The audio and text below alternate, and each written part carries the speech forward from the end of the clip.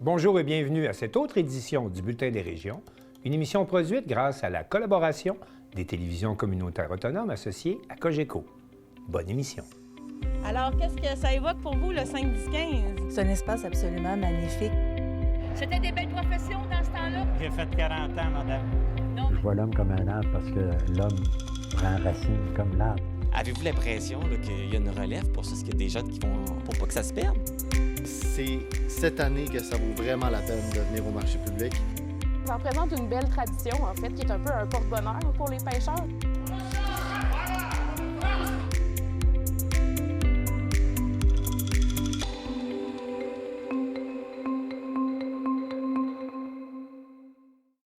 Au sommaire pour vous cette semaine. Dans Charlevoix, des intervenants de différents secteurs se concertent pour définir un plan de conservation des milieux naturels et de la biodiversité. Dans Rimouski, la Matapédia, un nouveau candidat pour le Bloc québécois. À Grande-Rivière, on visite les industries FIPEC qui fabriquent depuis 1967 casiers et filets pour la pêche au crabe, au homard et au bourgeot. À Joliette, un tapis rouge pour les vedettes d'une série de capsules vidéo sur la bientraitance dans les centres d'hébergement. À Plessisville, la fusion du service incendie avec les municipalités avoisinantes est une priorité pour la MRC de l'Érable. À Montmagny, 3 employés municipaux ayant sauvé une vie sont honorés. À Vaudreuil-Dorion, on souligne le départ du directeur général du Musée régional de Vaudreuil-Soulanges, Daniel Bissonnette, après 38 ans de loyaux services. À Val-d'Espoir, c'est le jour de la marmotte et Fred la marmotte se prononce pour une 5e année. Mais pour commencer cette émission, on va se rendre à Cap-Santé pour une journée acéricole qui regroupait des producteurs de sirop et des équipementiers. Aubert Tremblay de CJSR y était. On organise des journées acéricoles depuis plus de 40 ans au MAPAC. On a commencé dans les cabanes à sucre, on est rendu dans des salles plus grandes. On a 12 journées acéricoles au niveau du Québec. On va faire un peu d'histoire d'invasion biologique, vous allez voir que c'est pas... Ça a évolué avec le temps. À l'époque, on avait quelques kiosques dans le fond de la salle. On essayait de gérer les deux ensemble. Maintenant, on parle plus pratiquement d'un salon, un salon d'exposants avec une salle de conférence. On a la même formule à peu près partout. Ça permet d'aller chercher l'information au niveau des équipementiers. De mon côté, j'organise celle de Cap-Santé avec le club acéricole, Madame No. Le club existe depuis 1994 pour la région de Portneuf, mais qui regroupe en réalité de la capitale nationale jusqu'à Mauricie. On a à peu près, bon an, mal an, autour de 80-85 membres. Ce qu'on fait en réalité au niveau du club, c'est d'amener un soutien, que ce soit un soutien au niveau production ou un soutien au niveau de la qualité du sirop d'érable. C'est un membership là, qui est volontaire. La façon que ça fonctionne, il y a ce qu'on appelle les réseaux agri-conseils. Les réseaux agri-conseils, eux autres, là, c'est pour toutes les productions agricoles. Notre production agricole, en ce qui nous concerne, ben le producteur peut aller chercher pour un producteur conventionnel 50% de subvention. Cette subvention-là vient rencontrer mes honoraires. Ou s'il est producteur biologique, là, c'est 65% de subvention qu'il peut aller chercher. Les producteurs, ça va de 500 entailles à 130 000 entailles environ. Là. C'est un succès année après année. On a des assistances records. C'est pas juste les membres du club là, qui s'en viennent ici. Là. C'est tous les producteurs acéricoles sont invités à venir ici. Quand je dis producteur acéricole, tu as 2 érables en avant de ta maison, puis tu veux les entouiller, ben, tu peux venir aussi, là, venir jaser avec des gens. Là. Puis là, il y a combien de participants aujourd'hui? Aujourd'hui, on m'a dit tout à l'heure, on était autour de 110-111 personnes. On offre des vestes pour acériculture. Ça s'enfile comme un manteau. On est à Saint-Côme-Linière. Ah, Saint-Côme-Linière. OK, vous n'êtes pas dans Port-Neuf. Non. Un petit velcro ici pour les petites pièces. Uh-huh. De chaque côté, on a une courroie pour mettre des chutes. Ah oui, bien exactement, oui. Les poches, ils sont battantes. Fait que quand ils sont pleines puis qu'on se penche, ben ils se videront pas. On a la bannière Agrizone à l'intérieur de notre bannière BMR, qui est la partie agricole et acéricole. Donc, on vend les cannes de sirop d'érable, entre autres. Et tout ce que les gens ont besoin pour réparer, entailler, transformer, emballer et nettoyer. CDS est un manufacturier, un distributeur d'équipements acéricoles au Québec. Donc, on fait l'installation, puis la vente, l'expertise de tous les équipements acéricoles. De l'arbre jusqu'au baril de sirop. Puis ça, c'est basé où? La maison mère est à Saint-Lazare-de-Bellechasse. Nous, notre magasin pour la région aussi est situé à Portneuf. Nous, on offre plusieurs services. Les producteurs agricoles peuvent nous contacter soit pour avoir des travailleurs étrangers temporaires ou pour de la main-d'œuvre locale. Puis les chercheurs d'emploi peuvent nous contacter pour se trouver un emploi en agriculture. Donc, on promouvoit aussi les emplois agricoles. Technoforêt Énergie, c'est une compagnie qui a développé un brûleur, qui est le brûleur Vesta, pour une insertion dans des évaporateurs. Peu importe l'évaporateur qui est sur le marché, c'est un brûleur au copeaux. Ce brûleur-là, on l'insère à la place du brûleur qui est existant dans l'évaporateur. Puis, fait que l'évaporateur tombe avec un brûleur au copeaux. Le Centre provincial d'expertise, on commence à offrir des services de production de plaquettes de bois directement chez les sériculteurs. Je travaille dans l'innovation de la sériculture. On pousse sur des produits qui sont plutôt innovants. On a même des nouvelles manières de travailler. On se casse la tête à essayer d'améliorer la sériculture. Et ici, on a le Perfecto, un outil qui permet d'optimiser l'entoyage puis l'entoyage des érables pour faire des trous plus droits. Pas besoin de monter le plateau. Puis complètement stainless, ça va assez bien pour la laver. On est lac mégantique. On vend surtout en ligne. On expédie partout dans l'Amérique du Nord aussi, il y a d'érable. Depuis une dizaine d'années, on a introduit tout ce qui est érablière, qui est de l'installation de fibres optiques entre la pompe et les bouilleuses. Et en même temps, on est capable d'avoir des caméras de surveillance ou des contrôles de base pour partir les pompes à distance. LS Bulodo, tous les produits acéricoles, on a aussi des systèmes de chauffage et on fait de l'industriel commercial. On a une usine qui est située à Neuville, sur l'autoroute 40, et la maison mère est à Saint-Éphrem-en-Beauce. Dominion Engrim, c'est une entreprise centenaire. La maison mère est à Anjou, Montréal. Par contre, on a des usines un peu partout dans différentes régions. On offre tout, de la tubulure à aller jusqu'aux les osmoses, les bouilleuses, les bassins. On peut offrir de tout pour le sériculteur. On vend les produits des Nestor.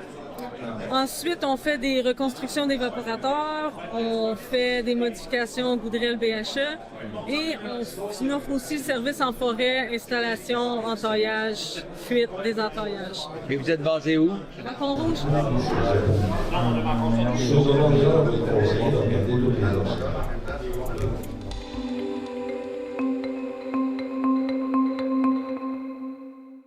L'organisme La Région de la biosphère de Charlevoix a convié les différents intervenants à un atelier de co-création d'un plan de protection des milieux naturels. Un reportage de Mathieu Larivière de TVCO. La Corporation de la Réserve de la biosphère de Charlevoix ne ménage pas les efforts pour protéger le territoire charlevoisien. Au cours de la dernière semaine, l'organisation a convié plus d'une trentaine d'acteurs du milieu pour définir une vision élargie de l'avenir de l'aménagement et de la conservation dans Charlevoix. La dernière fois, le dernier atelier qu'on avait tenu, c'était 4 ateliers avec des acteurs sectoriels, donc de différents secteurs. On avait tourisme et loisirs, on avait communauté autochtone, environnement, on avait des gens du municipal social et des gens du secteur primaire, donc tout ce qui est exploitation là, agricole, forestière, minière éolienne, tout ça. Donc c'est pour entendre leurs préoccupations en lien avec la conservation du territoire, ce qui se fait déjà, c'est quoi les priorités de conservation. On a rassemblé tout ça, puis là, on en vient à proposer là, des objectifs de conservation. Vous voyez, il y a des écrans à chacune de vos tables. On va travailler ensemble avec un outil qui s'appelle Miro aux tables. La région de la biosphère se dit ouverte à entendre les préoccupations régionales afin de travailler en concertation pour préserver les écosystèmes naturels.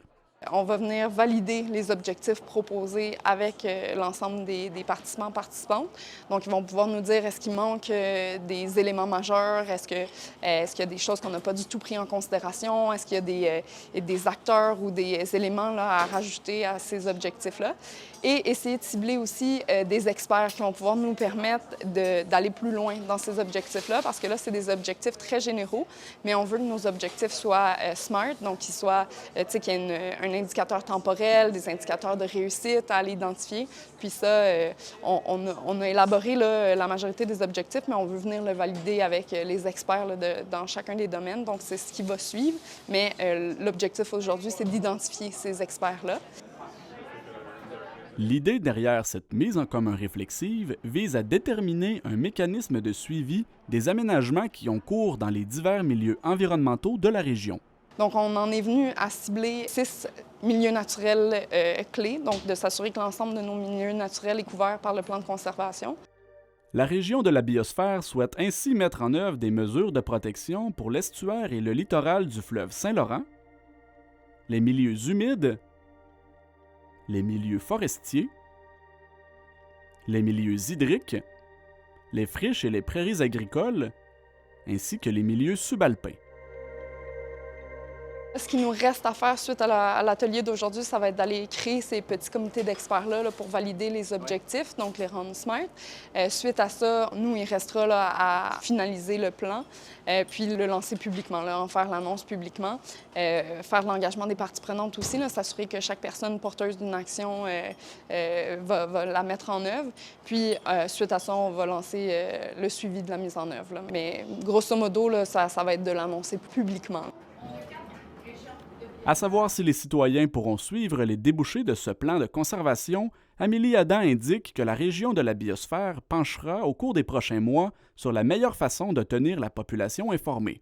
C'est sûr qu'on a plusieurs outils qu'on veut rendre disponibles à la population, d'autres projets en cours actuellement. Donc, c'est beaucoup une cartographie interactive de toutes les données, toute la priorisation des milieux naturels, tous les services écosystémiques aussi qu'on va rendre disponibles. Mais au niveau du plan d'action, du plan de conservation, pour le moment, j'avoue qu'on n'y a pas encore réfléchi.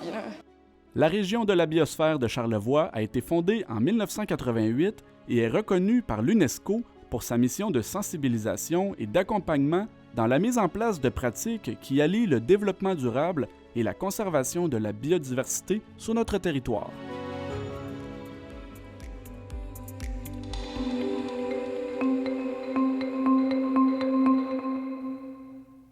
On connaît maintenant le nom du nouveau candidat du Bloc québécois dans la nouvelle circonscription de Rimouski-La-Matapédia et Marc Després de TV Métis l'a rencontré.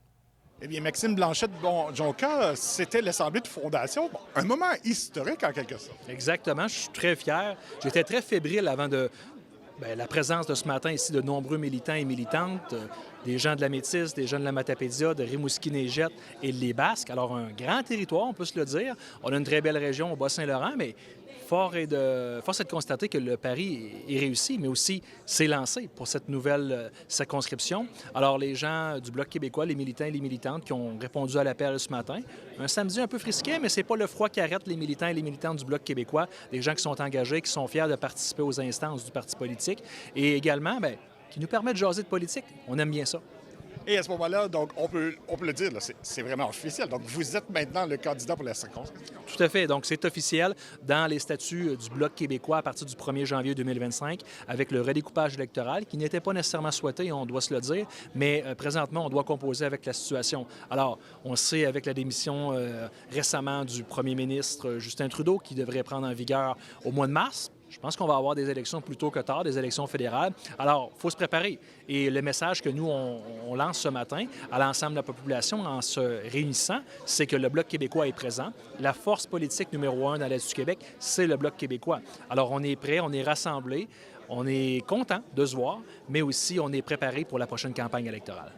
Et la tristesse aussi dans tout ça, c'est la représentativité, parce qu'au cours des dernières années, donc, la représentation électorale est passée de 7 députés à 3. Oui, tout à fait. Donc, il y a 60 ans, c'est quand même pas très loin. On avait 7 députés pour l'Est du Québec, donc en partant de Montmagny jusqu'en Gaspésie, incluant les Îles-de-la-Madeleine, 7 élus donc portaient la voix, défendaient les intérêts de l'Est du Québec. Et là, présentement, nous sommes 4 députés et à partir de la prochaine élection, ce sera seulement 3 candidats ou candidates qui seront sur la ligne de départ. Alors, force est de constater, j'ai mené le combat. Et on a tenté au Bloc québécois avec ma collègue Christina Michaud de préserver les 4 députés intacts, la représentation dans l'Est du Québec.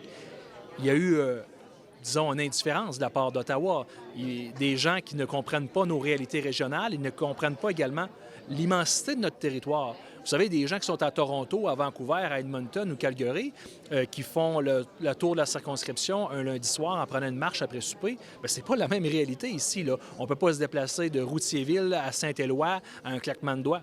Alors, moi, je lance encore une fois le message à la population, c'est que tant qu'on est dans l'État canadien, cet État-là ne nous permet pas de nous faire entendre à juste titre, c'est-à-dire avec la représentation que nous, on devrait avoir. Alors, on doit quand même se rassembler devant cet état de fait-là, c'est-à-dire on doit s'assurer quand même d'offrir une offre politique qui est souhaitable, qui est respectable pour l'ensemble de la population. Et je pense que c'est le Bloc québécois qui veut lancer ce message-là avec la formation de ce matin, de la nouvelle exécutif là, du Bloc québécois, du nouveau territoire de Rimouski-la-Matapédia. Alors, c'est triste, c'est une triste nouvelle. Maintenant, on doit composer avec et on doit se serrer les coudes, on doit passer à travers tout ça, puis s'assurer que la voix et les intérêts de la région soient bien représentés à Ottawa. Et à ce moment-là, bon, à la veille de futures élections, donc dans quelques semaines possiblement, est-ce que vous avez déjà identifié vos chevaux de bataille? Oui, je vous dirais, les chevaux de bataille restent quand même ceux de l'actualité qu'on connaît dernièrement. Bien sûr, le coût de la vie, c'est quand même quelque chose qui revient fréquemment. Il y a une chose très importante là, qui nous a frappé en plein visage cette semaine, c'est la contestation de la Cour suprême contre la loi sur la laïcité de l'État, la loi 21, une loi qui est chère là, aux Québécois et Québécoises, qui respecte notre héritage, nos valeurs communes. Et là, on a des partis fédéraux, le Parti libéral, le Parti conservateur du Canada, qui veulent s'opposer à notre propre loi adoptée démocratiquement dans notre Assemblée nationale. Concrètement, ils veulent prendre notre argent pour défaire une loi qui a été votée et adoptée par nos représentants à Québec. Alors, c'est assez incroyable. Je pense que sur la question de l'identité, de la culture, la défense également des enjeux de l'immigration, avoir une immigration qui est responsable ici en région. Et on a remarqué au cours des dernières années, ça a été complètement une déroute totale avec le Parti libéral du Canada qui a ouvert les valves, mais sans planifier les besoins, notamment en services publics, que ce soit les soins de santé, garderie, éducation, et voire même l'ensemble des infrastructures. Alors, je pense que c'est des enjeux qui vont revenir. Évidemment, on comprend également avec la menace de tarifs douaniers là, avec la nouvelle administration américaine, donc sous la présidence de Donald Trump, ça peut jouer bien des choses. Alors, je pense que ça, il y a encore beaucoup de choses à confirmer, mais force est de constater qu'on devra également être aux aguets, s'assurer que l'ensemble des acteurs socio-économiques soient prêts à bien réagir, mais d'avoir un soutien pour les entreprises ici de chez nous, là, notamment dans la foresterie, dans l'agriculture, qui pourraient être lourdement impactées avec l'imposition de tarifs douaniers de la part des Américains. Donc, vous sentez que ça inquiète les gens présents? Oui, il y a une forme d'incertitude dans l'air actuellement. Vous savez, on a un voisin américain qui, à chaque jour, lorsqu'il se lève, la chanson change. Alors, comment on fait pour composer avec ça? Moi, je crois que la solution est la suivante. Premièrement, il ne faut pas céder à la panique. Il faut s'assurer aussi de ne pas céder au chantage. Il faut être fin prêt, avoir un plan, faire de la diplomatie et, je dirais, une solution souhaitée, évidemment, qui n'est pas une mince tâche, c'est de faire entendre la voix de la raison auprès de nos interlocuteurs américains. C'est-à-dire que le Québec et le Canada sont des partenaires économiques importants, mais des partenaires économiques fiables et de confiance. On l'a prouvé au cours des dernières années. Alors, de faire du commerce avec les Américains, c'est pas vrai que du jour au lendemain, ça devient inquiétant pour les Américains. Alors, le Bloc québécois est déjà en préparation pour faire la représentation avec des représentants américains, voire des représentants mexicains, pour s'assurer que les marchés qu'on a en commerce sont profitables des deux côtés et de s'assurer de renforcer ces liens-là qui sont forts depuis déjà de nombreuses années. Et par rapport au travail effectué par Christina Michaud, donc pour vous, c'est de la remercier du travail accompli et vous êtes fin prêt là, à défendre la séquence. Oui, je salue le travail de ma collègue Christina Michaud, une collègue, vous savez, j'ai été élu au même temps qu'elle en 2019, de mon côté, avec la MRC de Rimouski-Neigette, Témiscouata-les-Basques et de son côté plus vers l'est avec la MRC de la Métis, la Matapédia d'Avignon et de la Matanie. Alors, oui, je salue son travail. Vous savez, c'est une décision hors de notre contrôle qui n'était pas souhaitée. Encore une fois, nous sommes battus jusqu'à la toute fin pour tenter de faire renverser cette décision-là. Et oui, je salue son travail. Vous savez, on est en étroit contact, on collabore de différentes façons. Mais il y a une chose également, c'est que pour moi, la Métis et la Matapédia, et particulièrement la Métis, c'est pas quelque chose d'inconnu. J'ai été à l'école Le Mistral ici, là. J'ai été un étudiant, j'ai fait mes quelques coups d'épaule. Mais quelques coups d'épaule ou encore, j'ai fait quelques aventures à l'école Le Mistral en jouant avec le programme de football Le Mistral, sport-études.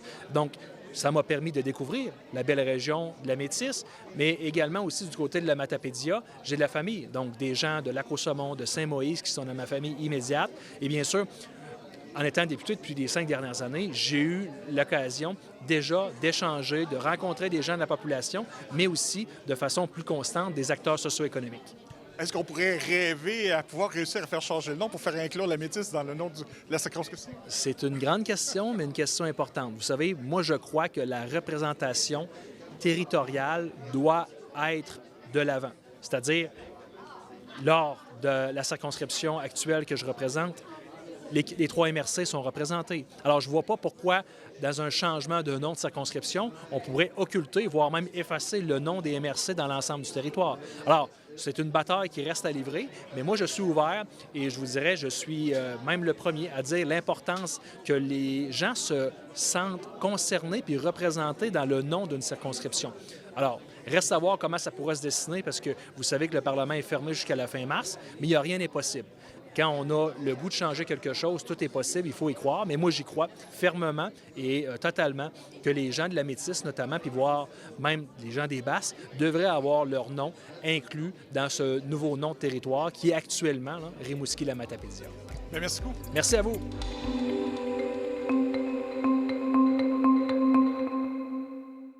Valérie Pinault de Télévague nous présente maintenant l'entreprise FIPEC de Grande-Rivière qui exporte partout en Amérique du Nord ses filets de pêche, mais également ses casiers pour la pêche au homard, au crabe et au bourgou.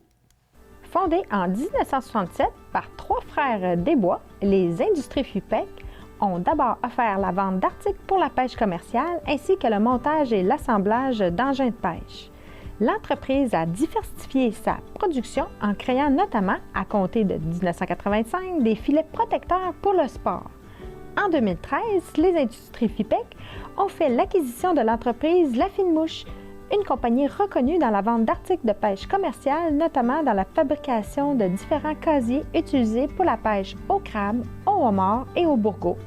C'est à partir de ce moment que les industries FIPEC sont devenues l'un des principaux distributeurs de l'Est du Canada et ainsi que leurs filières de filets faits sur mesure sont distribuées partout en Amérique du Nord. Comment ça se fabrique un casier de homard? Un casier de homard, d'abord, la broche arrive en rouleau. OK. Elle est découpée en pièces. Puis après ça, bien, les pièces sont pliées puis assemblées. Puis les entrées sont faites manuellement aussi par d'autres personnes. Les entrées et les prisons qu'on appelle là. OK. Ça prend combien de temps à faire un casier? Bah, ça dépend vraiment du type parce qu'on personnalise vraiment beaucoup les casiers. Okay. C'est tout dépendant de la demande du client. On en fait peut-être, je sais pas, 50 à 100 par jour. La broche, elle arrive-tu comme enrobée d'un produit? Ou... C'est de la broche galvanisée, OK. enrobée de vinyle. De vinyle. Ouais. C'est quoi la différence de fabrication avec un casier pour le crabe des neiges? Bah, c'est vraiment pas la même chose du tout. Non, ces structures ne sont pas faites du tout. Les structures, vraiment, le crabe des neiges, c'est vraiment des structures d'acier où le fer va aller jusqu'à 1,4 pouce de diamètre. Là. OK. Fait que c'est beaucoup plus lourd, beaucoup plus résistant aussi. Là. Est-ce que c'est vous qui avez élaboré la forme circulaire au casier? Ouais, pas avec FIPEC, mais dans le temps, oui, on était des premiers des précurseurs à utiliser le casier qu'on appelle style japonais. Là. Okay. Mais pourquoi la forme circulaire? Ben, c'est pour s'empiler. Ah, ça s'empile mieux. C'est sur le bateau, là, la manipulation sur le bateau. Ça fait que quand tu déménages tes casiers, c'est beaucoup plus facile qu'avec un casier carré. Là. OK. Puis est-ce qu'il y a juste comme une grandeur standard d'un casier d'homard? Non. Il y a trois tailles particulière pour le crabe des neiges. Mais là encore, on y va vraiment sur mesure, sur la hauteur, les angles, tout de bas. Chaque pêcheur a ses préférences. C'est combien de temps à fabriquer un casier pour le crabe? On fait à peu près une 40 par jour. Là. Toutes vos sortes de casiers pour la pêche commerciale, est-ce que c'est seulement envoyé au Québec ou? Non, tous les maritimes aussi. Toutes les maritimes? Maritimes, oui. Okay. Puis, vous faites aussi des filets pour la pêche scientifique? C'est quoi les différents types de filets qui existent? Ben, c'est tous des filets pour l'échantillonnage. L'échantillonnage surtout. Puis il y a différents types d'engins de pêche. Il n'y a pas seulement des filets, mais il y a aussi des sortes de trappes. Là, qui, selon certaines espèces, si ça va d'un lac, d'une rivière, Il y a différentes techniques, là. OK. Pour attraper les poissons, pour les garder vivants aussi, là. Faut pas seulement les attraper, là. C'est surtout d'en garder la plupart vivants. Quoi le matériel que vous utilisez pour faire ces filets-là? Ben, ça va du monofilament au multifilament. C'est quoi la différence mono ou filet? Monofilament, c'est plus quelque chose comme le fil de pêche de nerf que vous utilisez pour pêcher le hareng ou aller pêcher le maquereau. OK. Ben, le fil, la plupart du temps, c'était monofilament. Le multifilament, ça ressemble plus à un nylon. C'est plus un nylon, là. Ouais. Puis on a un troisième type aussi, qui est le polypropylène. Là. OK. Vous faites aussi, vous avez un département filet fait sur mesure. Ça s'adresse à quel genre d'activité, ces filets-là? Ben, tout ce qui est tous les sports. OK. Tous les sports. Ben, toutes les municipalités, on travaille au niveau des arénas. OK. Les filets de golf, les filets de soccer, baseball, tennis, softball, pickleball, tous les sports. On va aussi au des filets pour les chevaux. Ah, OK. Le filet pour les chevaux pour mettre les balles de foin dedans. Après le projet, on est un peu partout là, avec Hydro-Québec, Bombardier, Rivière-le-Breton, les filets de protection, de sécurité. Ben, les filets pour les remorques. C'est pas des gros volumes, mais on a une douzaine de personnes qui travaillent à l'année. Là. OK. Vos filets puis les casiers, c'est fait où? Ici. Ici, à Opton. À Opton et Garde-Rivière pour les filets. OK, aux 2 points. Oui. Okay. Mais Opton, on fait casier mort, casier à crabe, puis le filet aussi. OK. Puis est-ce que c'est tout fait à la main, les filets? Oui, c'est beaucoup de travail manuel. OK. Puis en tout et partout, aux 2 points de vente, là, vos 2 bureaux, il y a combien d'employés? En pointe, 40-45. Vos produits sont vendus où? Ben, au magasin d'Opton, puis un autre à Garde-Rivière. Okay. Vous avez-vous un site aussi? Oui, on a un site web aussi. Là. Ben, c'est sûr, on a les vêtements de travail. Là. Okay. Les vêtements de travail, bottes, vestes, pantalons. On a aussi tout ce qui est accessoires de bateau pour la réparation de bateaux, pour changer les pièces de rechange pour les bateaux. On est pas mal fort au niveau de la pêche sportive aussi. Là. Mm-hmm. Puis un peu de la chasse. Là. On a toujours des nouveaux produits en développement. Grâce à leur expertise et à leur savoir-faire, les industries FIPEC ont su s'imposer comme une référence incontestée dans le domaine des articles de la pêche et de la navigation, ainsi que pour le travail et les loisirs. Les industries FIPEC continuent d'innover en développant de nouveaux produits pour répondre aux besoins évolutifs des pêcheurs professionnels et amateurs.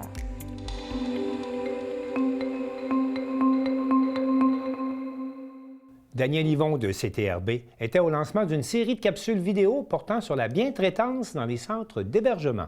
On écoute son reportage. Le 22 janvier dernier, au centre d'hébergement Sainte-Eusèbe de Joliette, a eu lieu un tapis rouge très spécial. Ce tapis rouge était composé de résidents, de préposés aux bénéficiaires, d'intervenants et de gestionnaires de 3 centres d'hébergement, soit Sainte-Eusèbe, Saint-Jacques et Sylvie-l'Espérance.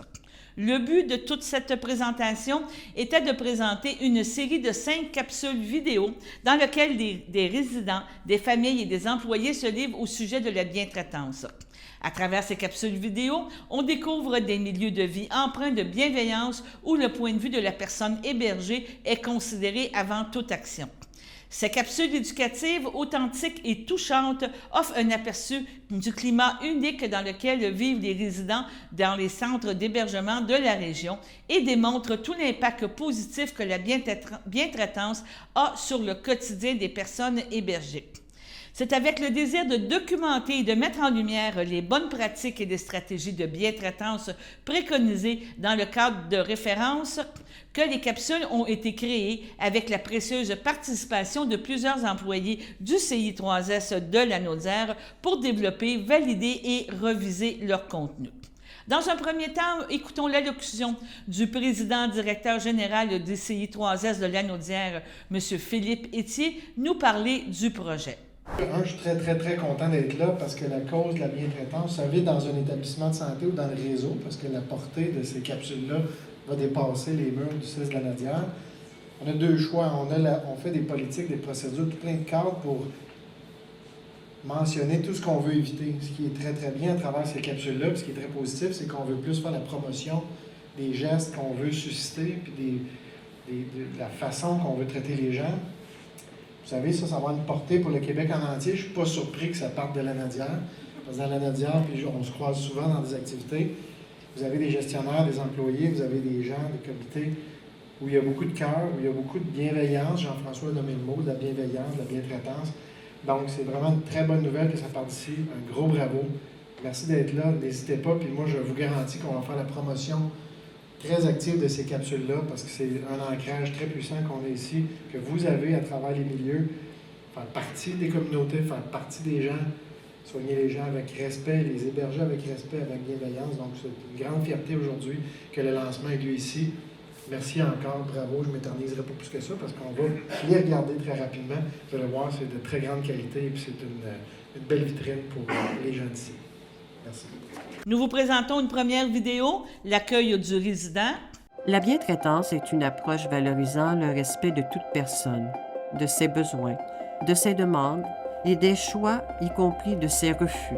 Elle se construit par des interactions et une recherche continue d'adaptation à l'autre et à son environnement. C'est un moment qui n'est pas facile, l'arrivée. L'accueil, quand on arrive au CHSLD, on est un peu face à quelque chose qu'on se dit, mon Dieu, tout va trop vite. C'est la journée primordiale de l'hébergement. Notre rôle à nous dans la bientraitance, dans la bienveillance, dans le respect, c'est surtout de s'assurer que cette journée-là, c'est apaisant, c'est rassurant, et puis qu'on part déjà très bien l'hébergement d'un papa ou d'une maman.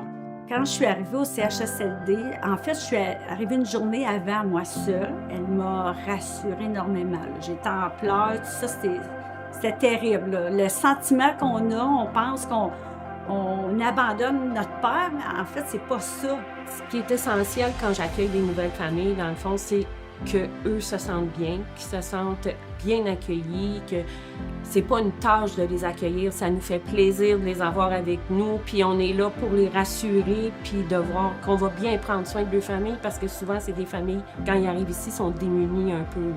Le matin, quand on rentre au travail, on a tout le temps un rapport avec nos collègues de travail. C'est là qu'on peut rentrer plus avec les détails pour savoir qui il est, qu'est-ce qu'il faisait, puis qu'est-ce que mon résident est quand il arrive. Dans le fond, c'est comme le prolongement de mes yeux puis de mon cœur, ces gens-là.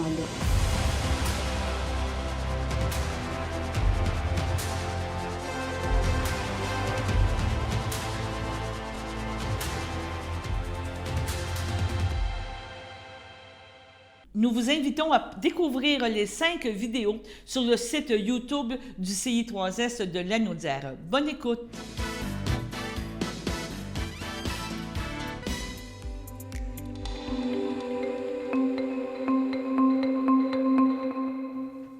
Sylvana Suarez de la Télévision de l'Érable s'entretient avec le directeur général de la MRC de l'Érable, Raphaël Tessier, au sujet des réalisations de 2024, mais également des grands enjeux de 2025, parmi lesquels la fusion des services d'incendie.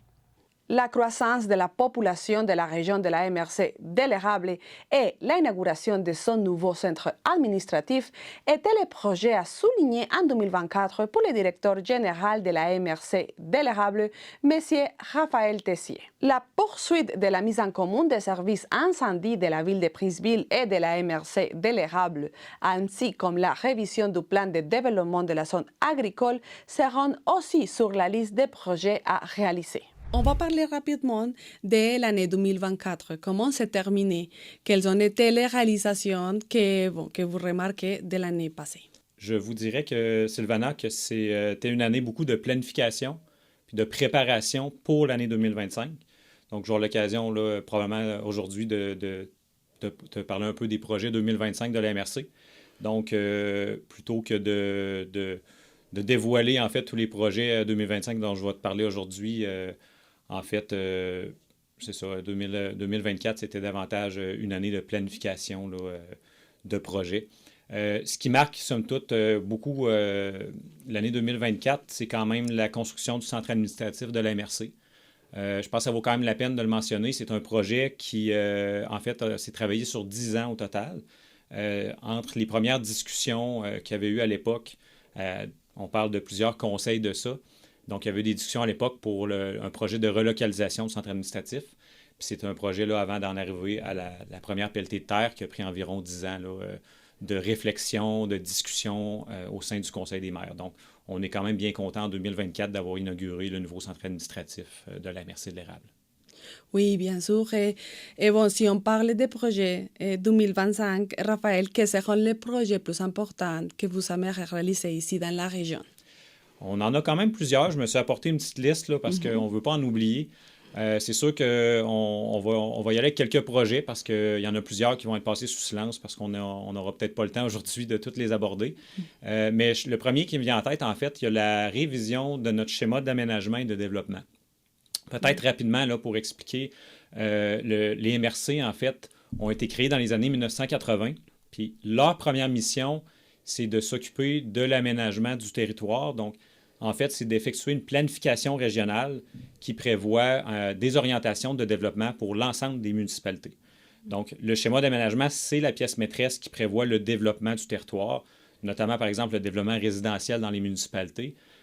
Et en 2025, on va devoir réviser notre schéma actuel. Notre schéma qui a 10 ans, environ une dizaine d'années présentement. Et l'ensemble des MRC au Québec ont l'obligation, dans les 3 prochaines années, de réaliser la révision de leur nouveau schéma d'aménagement. Quels sont les projets en général qu'il y a importants dans les 2025? En fait, présentement, si on parle toujours du schéma d'aménagement, il va être à élaborer, donc il n'y a pas encore de projet comme tel. En fait, là, le schéma va viser à ce que justement les projets qui voient le jour dans les municipalités locales comme telles, par exemple les projets résidentiels, respectent les orientations gouvernementales dans leur développement. Donc, par exemple, ce qu'on sait en date d'aujourd'hui, c'est que le gouvernement s'attend à ce que dans le prochain schéma d'aménagement des MRC, donc ce n'est pas juste la MRC de l'érable, mais l'ensemble des MRC, qu'il y ait davantage de mesures de densification. On le sait, là, le territoire agricole, et c'est de plus en plus compliqué développé, en fait, en milieu agricole. Donc, le gouvernement aussi veut faire attention non seulement au milieu agricole, mais aussi aux milieux environnementaux, donc protéger l'environnement aussi. Donc, dans ce contexte-là, les municipalités, via le schéma d'aménagement, vont devoir prévoir du développement un peu plus dense, disons, que ce qu'on a été habitué dans les dernières décennies, là.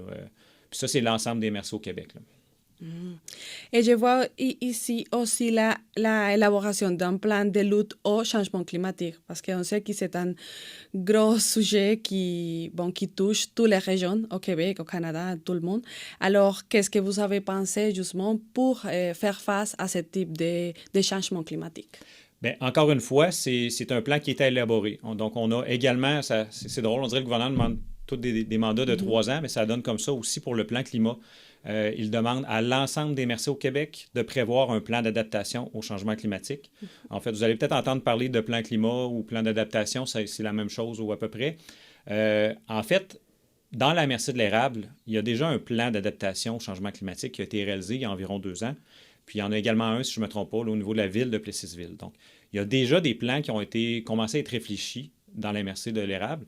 Par contre, le gouvernement a décidé que c'était un enjeu assez important et national pour demander à toutes les MRC au Québec d'en faire un obligatoirement. Donc, à l'époque, c'était plus une initiative avant-gardiste de le faire. Mais en date d'aujourd'hui, le gouvernement demande aux MRC, d'ici les 3 prochaines années, d'élaborer tous un plan climat. Donc, en fait, c'est sûr que face au changement climatique, on le sait, il y a de plus en plus de phénomènes, notamment météorologiques, mais indirectement des phénomènes très concrets qui affectent déjà et qui vont continuer d'affecter les municipalités. Je peux vous donner quelques exemples, là, notamment avec les épisodes, des fois, de plus de sécheresse en été, de haute chaleur, plus les problèmes de certaines sources d'eau puis des nappes phréatiques. Il y a certaines municipalités, incluant même dans l'érable, qui, dans une certaine période de pointe estivale, ont des problématiques de sources d'eau pour leurs citoyens. Donc, il manque carrément d'eau potable pour leurs citoyens dans certains cas, parce que l'eau à la disposition, l'eau naturelle à la disposition des municipalités n'est plus toujours suffisante. Donc, c'est des exemples concrets pour lesquels non seulement il va falloir s'adapter, mais le gouvernement le gouvernement va prévoir des fonds pour que les MRC mettent en place des actions concrètes pour s'adapter à ces changements-là, puis aux enjeux qui sont créés par les changements climatiques. Et je voulais vous demander, quels ont été les moments les plus importants de votre rôle, les événements que vous pensez qui ont été les plus importants de la région de la MRC de l'érable? Je pense que ça ne fait pas assez d'années pour que je sois à l'aise de te dire qu'il y a un événement qui m'a marqué. Il y en a plusieurs, mais je dirais il n'y en a pas un en particulier là, très précis. Par contre, si tu me permets, Sylvana, là, ce midi, je suis tombé sur le journal L'Avenir de l'érable, dans lequel on apprend que la MRC de l'érable atteint bientôt 25 000 résidents. Pour moi, c'est vraiment la nouvelle plus que de l'année, dans le sens que, peut-être pour expliquer un petit contexte, la MRC, il y a environ 10 ans de ça, avait travaillé sur un sommet sur la croissance démographique. La MRC de l'érable a subi, en fait, pendant plus d'une décennie, je n'ai pas le nombre d'années exact, mais pendant plus d'une décennie, la MRC de l'érable était sur une diminution là, de la population. Puis c'était vraiment une tendance qui était lourde et continuelle. Donc, d'année en année, la population diminuait. Et on va espérer que ce ne soit pas une tendance temporaire, mais on constate depuis environ 3 ans, 3-4 ans, que la tendance semble s'inverser. Donc, on reste prudent. Comme on dit, on ne s'assit pas là, sur nos lauriers, mais c'est très encourageant de voir que de plus en plus de gens choisissent l'érable comme milieu de vie. Puis je crois que les chiffres de population le témoignent très bien, là. Donc, si on se dirige tranquillement vers la barre symbolique des 25 000 résidents, je crois que c'est le résultat de plusieurs actions municipales et régionales qui ont été faites au cours des dernières années. Puis c'est ce type de résultat-là, je crois qu'il faut viser là, comme résultat concret, c'est de viser d'avoir une population en croissance. Évidemment, l'avantage d'une population en croissance, c'est aussi le maintien de nos services dans nos milieux de vie.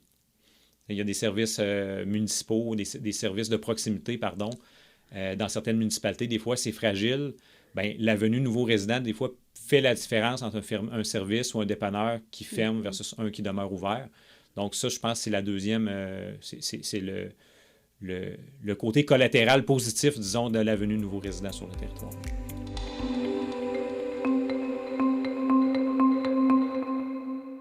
La Ville de Montmagny a tenu à honorer 3 employés municipaux qui ont sauvé une vie durant la baignade à la piscine municipale. Le moins que l'on puisse dire, c'est que l'heure de Nicolas Gaudreau n'était pas venue le 23 octobre dernier. Tous les axes étaient effectivement alignés pour lui permettre de survivre au malaise cardiaque qu'il a subi lors d'un bain libre à la piscine Guylaine-Cloutier de Montmagny. La formatrice Louise Pelletier-Proux, qui était sur place par un heureux hasard, a réagi rapidement et les jeunes sauveteuses Victoria Deschênes et Marie-Pierre Landry l'ont appuyée efficacement. Combiné à l'aide de nageurs présents, dont une infirmière et d'anciens sauveteurs, et un défibrillateur externe automatisé fonctionnel, l'intervention des employés municipaux a sauvé la vie du quadragénaire. Pour souligner le sang-froid dont elles ont fait preuve et leur héroïsme, la Ville de Montmagny a tenu une activité de reconnaissance ce lundi en présence de leurs proches et de la victime, qui tenait également à être sur place pour remercier ses anges gardiennes. Le maire de Montmagny, M. Marc Lorrain, soulignait que de mémoire, c'est la première fois qu'un tel incident survient à la piscine municipale depuis son ouverture en 1969. Il nous parle ici de l'importance des programmes de formation en sauvetage. Malgré le stress à une situation d'urgence, quelle qu'elle soit, dont celle qu'on a vécue le 23 octobre dernier, ça demande quand même beaucoup de sang-froid. Puis, ça demandait aussi qu'on mette en application des formations qui ont été reçues avec efficacité et sang-froid. C'est pas rien, parce que souvent, on prend des formations, c'est bien beau la théorie, mais dans la pratique, c'est tout autre chose. Je pense que certains pourront en témoigner tantôt. Après avoir subi 2 opérations au cœur et été hospitalisé pendant près de 30 jours, le survivant, Nicolas Gaudreau, n'avait également que des bons mots pour ses sauveteuses. Chères sauveteuses, je tiens tout d'abord à vous exprimer toute ma reconnaissance pour l'incroyable travail que vous avez accompli ce jour-là. Grâce à vous, je suis ici aujourd'hui en vie et capable de partager ce moment avec vous. Le 23 octobre dernier, lorsque j'ai eu mon arrêt cardiaque à la piscine, je n'avais aucune idée que je m'apprêtais à traverser une épreuve aussi grave. Mais vous étiez là, prête à intervenir, réagir immédiatement et sans hésitation. Rappelons en terminant que depuis quelques mois, grâce à une aide financière du ministère de l'Éducation, la Ville offre gratuitement les formations menant au brevet de moniteur aquatique et de sauveteur national. En mars prochain, 2 formations sont d'ailleurs proposées sans frais dans l'infoloisir hivernal, soit premiers soins généraux et sauveteur national, et il est toujours temps de s'y inscrire. Pour avoir plus de détails, vous n'avez qu'à consulter le site de la Ville de Montmagny, /infoloisir. Mario Lacombe, à la Ville de Montmagny, pour CEMA TV Information.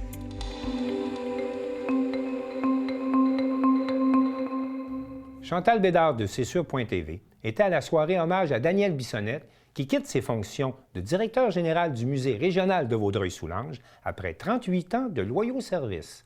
On écoute son reportage. Le Musée régional de Vaudreuil-Soulanges tourne une importante page de son histoire. En effet, l'institution muséale dira au revoir à la fin décembre à son directeur général Daniel Bissonnette, qui prendra sa retraite au terme de 38 ans de service.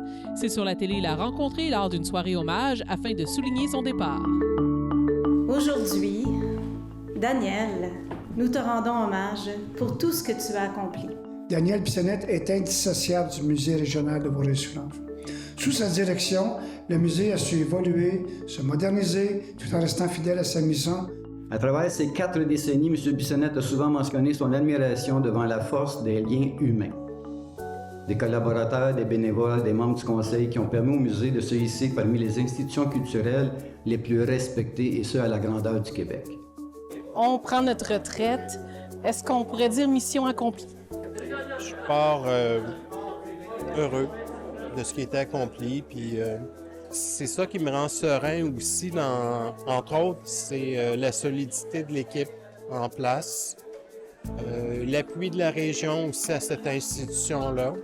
Quelqu'un, là, je dois vous confier, m'aurait affirmé en fin d'année 83, lors de mon engagement au Musée régional de Vaudreuil-Soulanges à titre de préposé à l'accueil et technicien aux expositions, que j'y serais encore au bout de 4 décennies.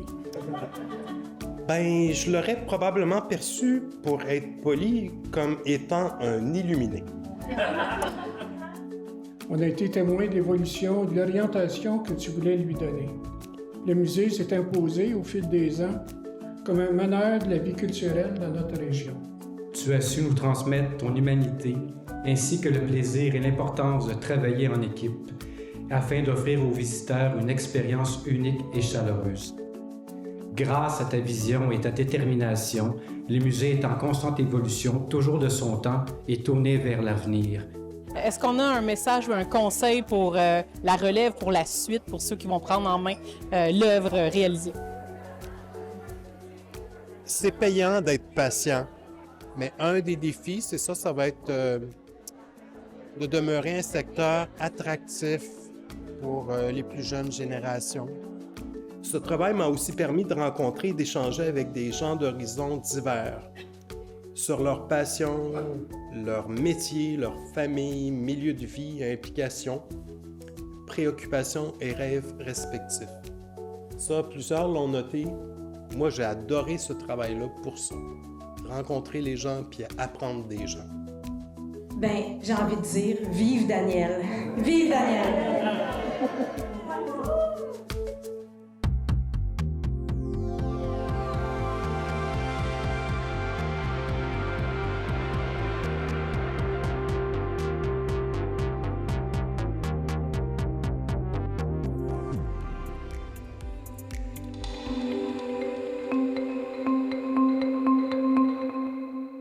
Jean-Denis Laperrière de la télévision du Rocher-Percé était à la 16e prédiction annuelle de Fred Lamarmotte concernant l'arrivée du printemps.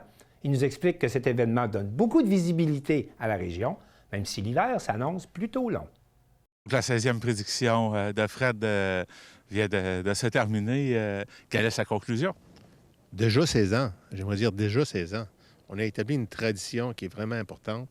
Puis la prédiction, ben comme qu'il y a un gars qui m'a dit, s'il ne voit pas le soleil, c'est parce qu'il est aveugle. C'est qu'il faisait vraiment soleil un matin, mais c'est vraiment technique, hein, parce qu'à un moment donné, le soleil ne sortait pas des nuages. À un moment donné, il a sorti du nuage. Puis là, il a brillé. Puis Fred a prédit un printemps tardif. Ça veut dire que serrez pas vos skidoo, préparez vos raquettes puis vos skis de fond. On va avoir quelques tempêtes de neige qui va bien nous donner de la neige. C'est froid un matin, mais le monde était présent quand même. Oui, on a eu une belle participation. J'aime ça voir du monde qui revient chaque année, tout le temps. Tu sais, il y en a que ils ont tous les macarons, ils viennent à chaque année, et ils sont contents. C'est vraiment ancré dans leur famille, là. La tradition, c'est vraiment super. Puis en même temps, bien, écoute, ça fait connaître, je le dis, je le redis et je le redis encore, c'est qu'aujourd'hui, ils vont juste parler de la Gaspésie. Dans toutes les stations de radio, dans toutes les stations de télévision, autant au Québec que dans d'autres provinces, puis peut-être sur nos voisins, ils vont parler de la Gaspésie. Puis ça, c'est très important. Tout cet ouvrage-là qu'on fait, la TV communautaire, la qualité des images nous sert pour avoir une belle représentation de la Gaspésie. Puis ça, c'est très important.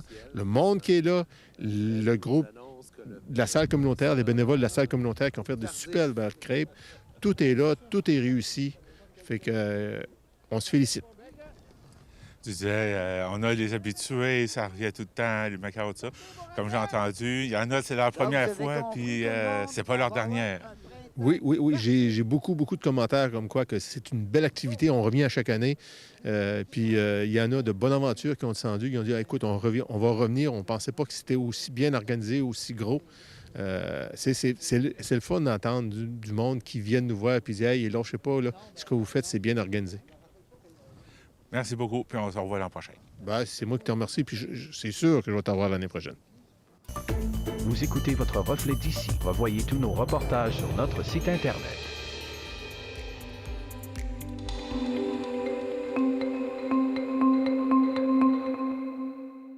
C'est tout pour le Bulletin des régions cette semaine. Je remercie toutes les stations de télévision participantes et je vous dis à bientôt.